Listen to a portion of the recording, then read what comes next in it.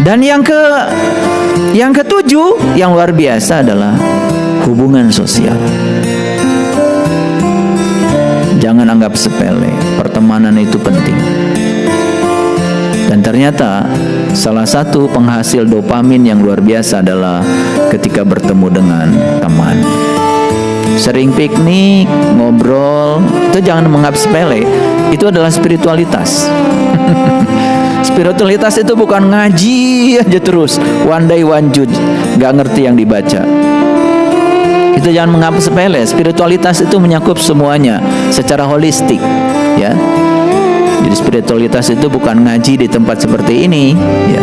Spiritualitas itu menyangkut semua aspek kehidupan, ya. Harus dibuka, ya. Mulai dibuka, ya. Kalau ada orang yang bilang nyanyi itu haram, ya itu karena belum belajar aja, ya. Dia nggak ngerti. Kalau ada orang bilang musik itu haram, itu karena belum belajar. Dia tuh nggak pernah belajar tentang bunyi. Dikiranya bunyi itu yang menciptakan manusia. Tidak, manusia itu tidak pernah bisa menciptakan apapun. Manusia itu hanya bisa membangkitkan suara-suara dari semesta. Kalau gitar dipetik, itu suara gitar, bukan hasil manusia, tapi itu adalah getaran semesta. Ketika gitar dipetik, maka udara bergetar. Udara bergetar di ruang yang ada di badannya gitar itu hasil semesta itu. Itu suara semesta. Kalau suara semesta, emang suara siapa? Itu karena tolol aja. Dia bilang suara gitar, pada suara gitar, suara semesta. Siapa suara semesta? Piano itu suara semesta, seruling itu suara semesta.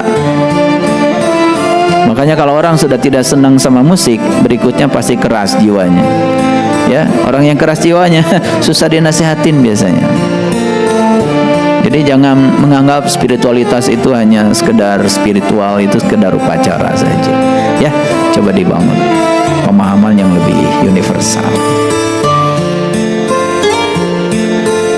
Kalau istilah leluhur kita lebih dalam lagi. Lebih dalam lagi. Apa itu? Ciri orang yang sudah mendewasa dalam kehidupannya itu, dia itu bisa merasa sebelum terasa. Apa? Merasa sebelum terasa. Ada orang datang ke rumah kita, belum cerita kesusahan, kita sudah bisa merasakan.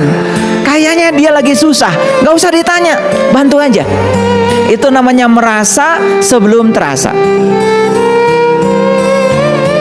Ini sakti nih. Nah, ini kesaktian yang sebenar tuh yang begini. Bukan tidak mempandi golok, bukan bisa belajar, bisa terbang di udara, bukan bisa berjalan di atas air. Itu bukan kesaktian, itu ilmu biasa itu. Ikan aja bisa berenang kok di air. Gak istimewa. Kesaktian yang luar biasa itu. Kita bisa merasakan penderitaan orang lain sebelum dia cerita. Nah, kalau kita sudah bisa sampai di tingkat itu namanya sudah selaras itu rasanya. Itu namanya harmoni. Nah, kenapa saya tertarik bicara harmoni? Karena ini bagian ini sekarang sudah hilang. Bahkan banyak orang yang melanggar hak asasi manusia, mengambil hak-hak orang lain atas nama agama dan Tuhan.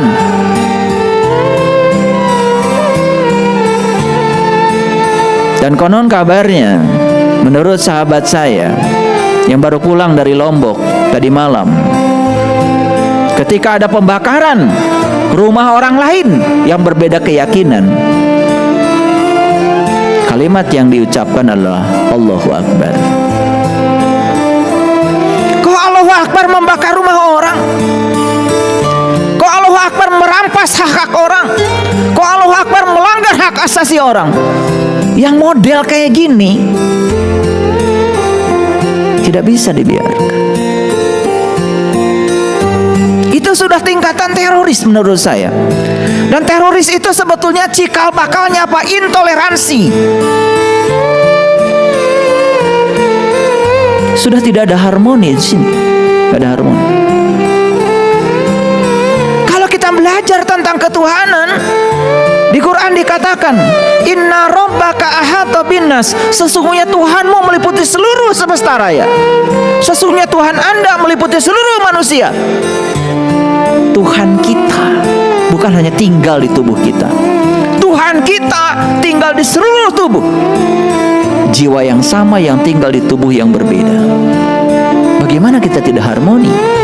Bagaimana kita tidak merasakan perasaan orang lain? Ini harus kita asah. Dan topik yang kedua yang luar biasa yang harus kita bicarakan hari ini adalah toleransi. Apa toleransi itu? Toleransi itu saling memahami sekaligus saling menghormati perbedaan. Ayo kita camkan dulu. Harmoni berarti keselarasan rasa. Kalau toleransi berarti saling memahami sekaligus saling menghormati. Tidak cukup saling memahami, tetapi ada kelas yang kedua, klaster yang kedua, saling menghormati. Ayo kita tarik dulu sederhana. Kenapa kita diberi rasa cinta? Makanya Gus Dur itu ya, Gus Dur ketika ditanya di gedung DPR itu, di gedung DPR ditanya, Gus, kenapa katanya kalau di Islam itu setiap orang yang doa selalu diawali dengan mari kita panjatkan puji dan syukur.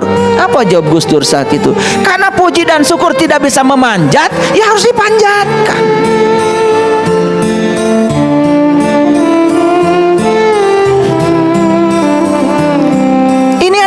Tingkat tinggi. Tapi kalau kalian cuma tertawa dengan kalimat ini, tidak ada follow up-nya, ya percuma. Karena humor selevel orang-orang berkesadaran itu ada pesan spiritual. Apa maksudnya Gus Dur? Di Quran itu tidak ada mari kita panjatkan puji dan syukur, nggak ada. Yang ada adalah alhamdulillah, segala puji milik Allah. Nggak pakai panjat pinjit segala. Alhamdulillah ya segala puji milik Allah. Dan itu tidak cukup diucapkan, implementasikan dalam hidupmu.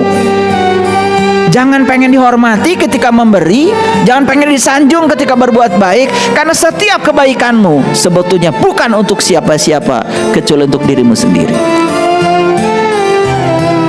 Jangan sombong ketika Anda memberi, karena tidak ada pemberian. Bahkan Anda harus sadar dan bersyukur masih ada orang yang mau diberi. Dan kalau tidak ada orang yang mau diberi, tidak ada pemberian. Hargai orang yang mau diberi itu. Kita mentang-mentang memberi, selalu ingin berada pada posisi seakan-akan kita lebih terhormat daripada yang diberi. Padahal sama-sama terhormatnya, sama-sama berkahnya, sama-sama bahagianya. Makanya kalau doa, coba belajar doa yang holistik. Semoga yang diberi dengan yang memberi sama-sama bahagia.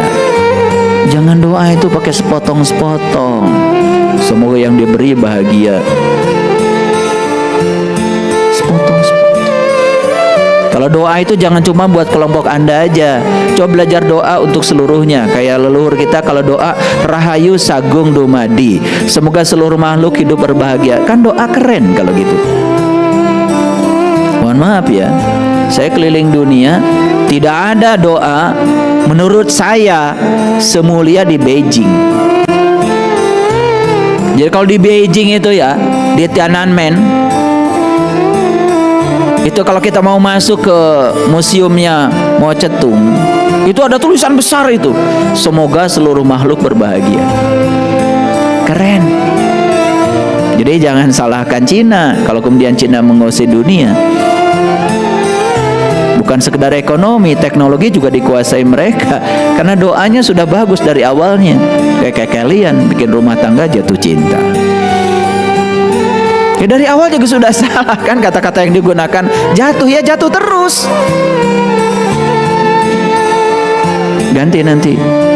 Saya naksir sama dia. Kamu jatuh cinta? Bukan, saya lagi bangun cinta. Gitu kan, keren, betul nggak? Karena titik awalnya udah bener gitu. Di sininya udah mulai bener. Nah yang kayak gitu-gitu tuh jangan dianggap sepele. Karena pikiranmu, kata-katamu yang diulang-ulang, itulah doamu.